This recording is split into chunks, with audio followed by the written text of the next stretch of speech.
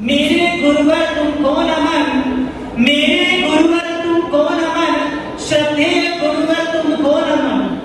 Sir पे संयम का ताज था, जन्नत को तुम पर नाज था, क्या ज्ञान का अंदाज था, तुम पर निछावर ये तन मन। मेरे गुरुवर तुमको नमन, श्रद्धेय गुरुवर तुमको नमन। करीब करीब 9:30 बजे से लेकर के 11:30 बज गई हैं और आप इत्मीनान के साथ पर बैठ करके पूज्य गुरु भगवंत का गुणानुवाद कर रहे हैं। चिंटू के पिताजी जो कि कबाड़ खोल करके कागज निकाल लिए हैं और वह देख रहे हैं और देखते देखते इनका पारा चढ़ रहा।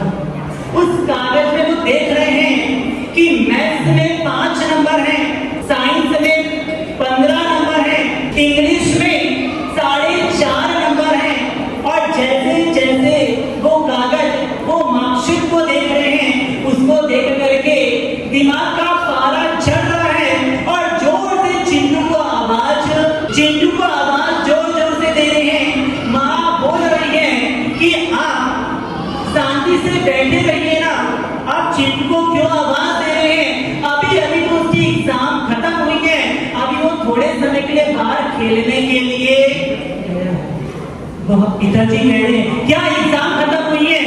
ये ऐसी मार्कशीट एक भी विषय में पास नहीं हुआ, सारे विषय में फेल है। पासिंग मार्क्स तो दूर, सारे मार्क्स 0 और 10-15 के आसपास में ही है। माँ बोल रही है अब परेशान मत होइए, बार बार चिंटू का आवाज भी मत लगाइए, बल्कि मैं आपको एक बात बताना चाहती हूँ कि मैं आज सफाई कर रही थी और सफाई करते करते करते 20 साल पुराना एक मार्कशीट मुझे मिली, जो कि मुझे लगता है वो आपकी ही है, जो कि मैंने आज कबर्ड में रखी थी और उसको आपने बाहर निकाला है और वही मार्कशीट को आप पढ़ रहे। अब बताइए चिंटू के बाबा कुछ बोलेंगे या मौन हो जाएंगे? क्या होंगे, मौन होंगे या बोलेंगे? चिंटू के पापा मौन हो जाएंगे। जब पर के दोषों की बात आए, पर की निंदा करने की बात आए, तब हमारा मुंह खुल जाता है। पर जब स्वयं के दोषों की बात आए, स्वयं की निंदा करने की बात आए, तो हम मौन को स्वीकार करें। मौन ऐसे बहुत अच्छी चीज है, पर अपने दोषों के लिए, अपनी निंदा के लिए मौन को स्वीकार। अनादिकाल की इस यात्रा में संसार अगर परिभ्रमण हुआ, संसार में हमने परिभ्रमण किया, तो उसका एक कारण रहा, पर के दोषों को देखा और पर के दोषों को देख करके उसकी निंदा किया। पर जिन शासन, जैन शासन, वीतराग परमात्मा का यह शासन, जहां पर वीतराग स्तोत्र के अंतर्गत कहा गया कि हमें गुणों का अनुमोदन करना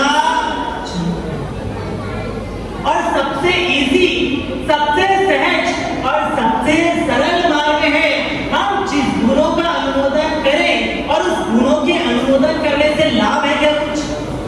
तो शास्त्र भगवत कहते हैं गुणों का अनुमोदन करने से, गुण वाले जीवों का गुणानुवाद करने से 4 प्रॉफिट है, 4 लाभ हमें प्राप्त होंगे।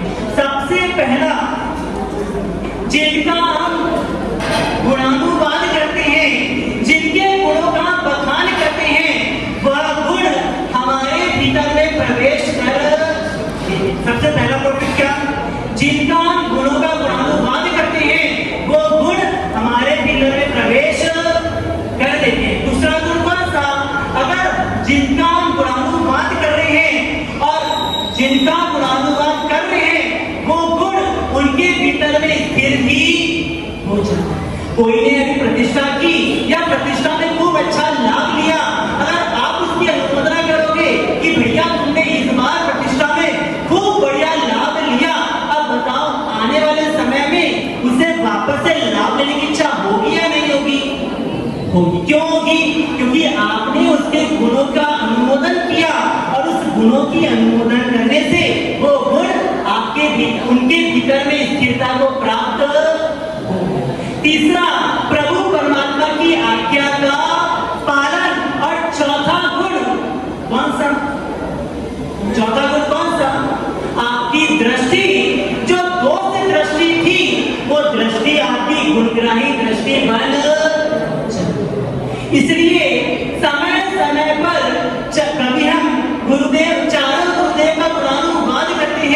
कभी कभी पूर्व आचार्य भगवंतों का गुणानुवाद करते हैं।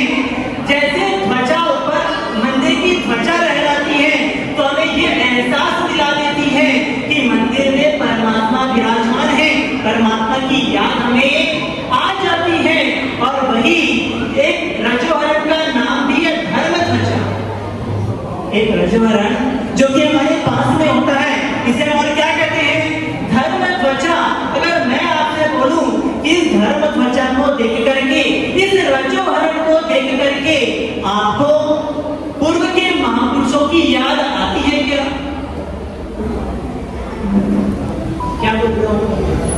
रजोहरण धर्म ध्वजा को देख करके पूर्व के महापुरुषों की याद आती है आपको? आती है। पूर्व के महापुरुष जिन्होंने इस शासन को आगे बढ़ाया, इस शासन को दिखाया, क्योंकि तीर्थंकर परमात्मा तीर्थ की स्थापना करते हैं और तीर्थ की स्थापना के बाद में उस तीर्थ को चलाने का काम कौन करता है? गुरु भगवत, आचार्य भगवत उस तीर्थ को चलाने का कार्य करते हैं। भगवान आदिनाथ से लेकर के अजितनाथ भगवान का टाइम पीरियड 50 लाख करोड़ सालों। इस 50 लाख करोड़ सालों में भी इस जिन शासन को चलाया तो चलाया किसने? सूर्य पुरंदर ने, गुरु भगवंतों ने इस शासन को चलाया। अब आपसे पूछा जाए पैसा, प्रेम और प्रसिद्धि, इन तीनों में सबसे महत्वपूर्ण कौन सा? पैसा, प्रेम, प्रसिद्धि, इन तीनों में अगर आपको एक पसंद करना है तो बोला जाए तो आप क्या पसंद करेंगे? जोर से बोलिए। प्रेम को पसंद करेंगे तो पैसा भी आपको मिल जाएगा और प्रसिद्धि भी आपको मिल जाएगी।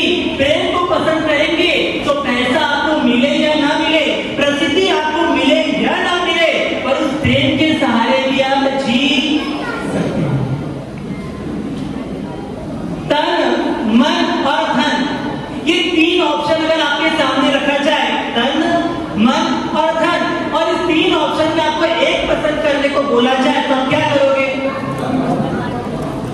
तन को, धन को, किसको? मन को, क्योंकि मन आपके बस में है तो ये तन और धन भी आपके कंट्रोल में ऑटोमेटिक। देव, गुरु और धन, देव, गुरु और धन, इस तीन में अगर एक को पसंद करने बोले तो आप क्या पसंद करोगे? क्यों? क्योंकि दोनों में बीच वाला पसंद करे थे, इसके लिए यहाँ पर भी देव के अपने गुरु को पसंद कर रहे हो। कारण क्या? देव, गुरु, धन में गुरु को पसंद क्यों कर रहे हो?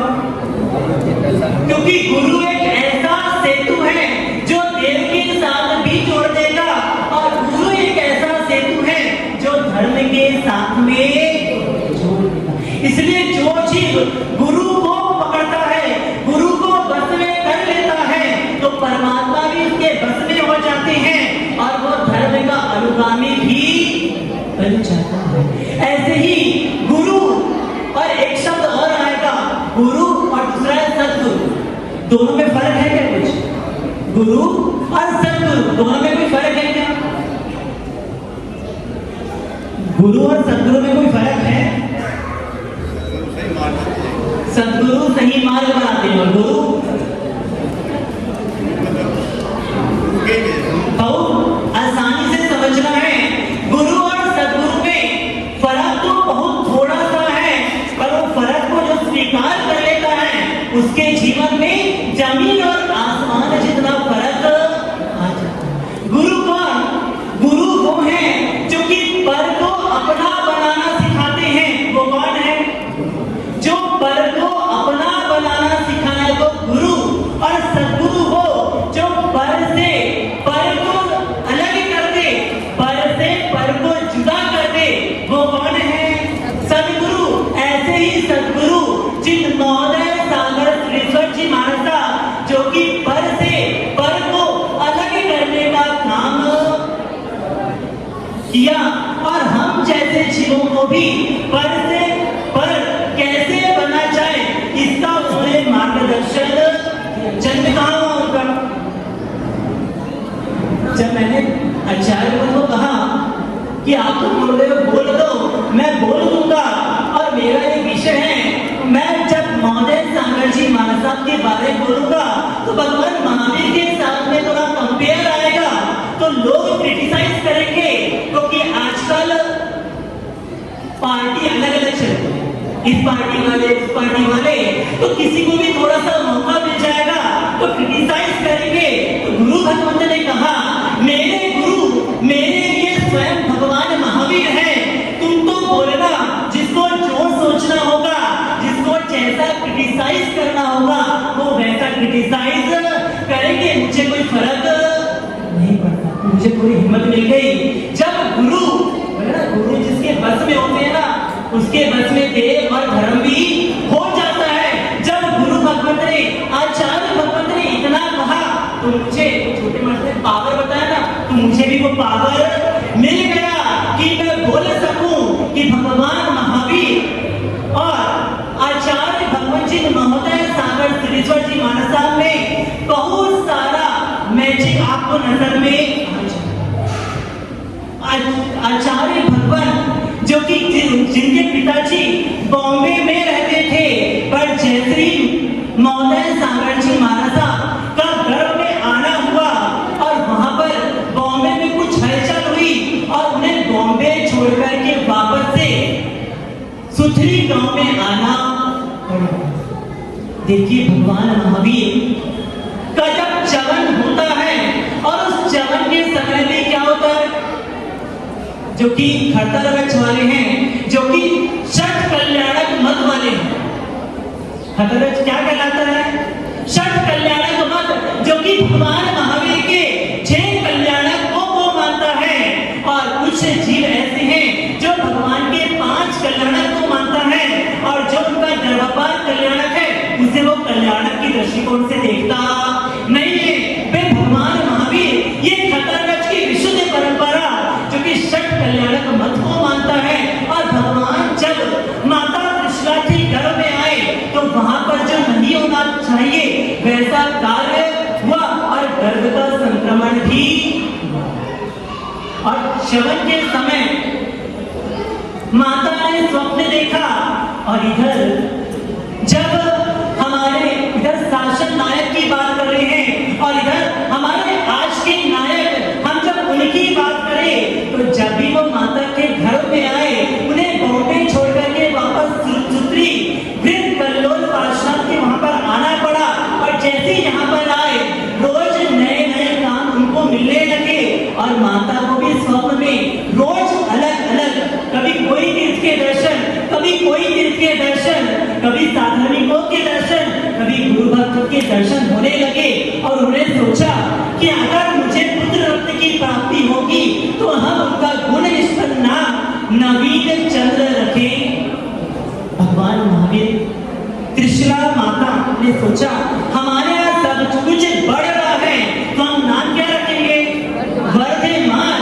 यही माता ने सोचा हमारे को सब कुछ नया मिल रहा है, हम अपने पुत्र रत्न अगर होगा तो उनका नाम नवीन रखेंगे, और नवीन रखेंगे। ऐसा सोच करके गर्भ समय पूरा होने लगा, 9 मास करीब 7 दिन व्यतीत होने लगे, और इधर डॉक्टर ने कहा ये कंडीशन बहुत क्रिटिकल है, कोई एक ही बच सकता है। डॉक्टर, क्योंकि उस समय तो डॉक्टर की जरूरत पड़ती नहीं थी, पर केस क्रिटिकल था, और डॉक्टर ने कहा कोई एक ही बच सकता है। माँ ने कहा मैंने तो बहुत देख लिया, अब मुझे बचाने की जरूरत नहीं है, आप तो मेरे भीतर में, मेरे गर्भ में जो जीव शासन का रत्न है उससे आपको बचाना है।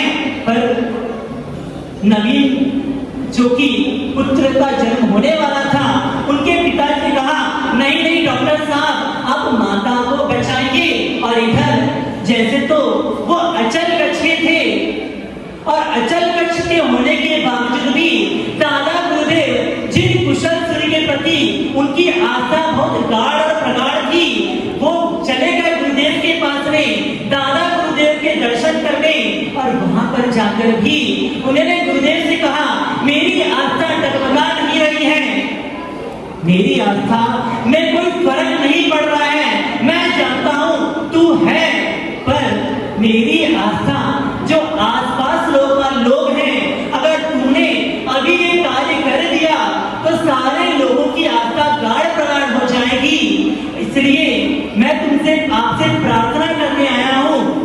वहीं पर उन्हें समाचार मिलता है पुत्र और माता दोनों ही सुरक्षित हैं और दोनों ही आउट ऑफ डेंजर, खतरे से बाहर आ चुके हैं।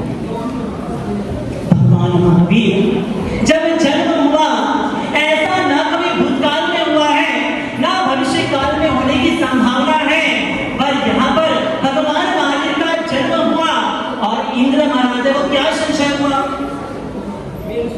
मेरु शिखर को भगवान ने कंपायमान कर दिया और यहाँ पर भी जन्म के समय भी क्रिटिकल कंडीशन आई और इधर माता पिता अच्छे संस्कार दे रहे हैं और अच्छे संस्कार के बाद में वो नवीन कुमार धीरे धीरे बड़े हो रहे हैं और बड़े होते होते भीतर में माँ के संस्कार, पूर्व भाव के संस्कार और वातावरण के संस्कार ने भीतर में वैराग्य के भाव को जन्म दिया। भीतर में वैराग्य के भाव आ गए और माता पिता से संयम की आज्ञा मांगने के लिए माता पिता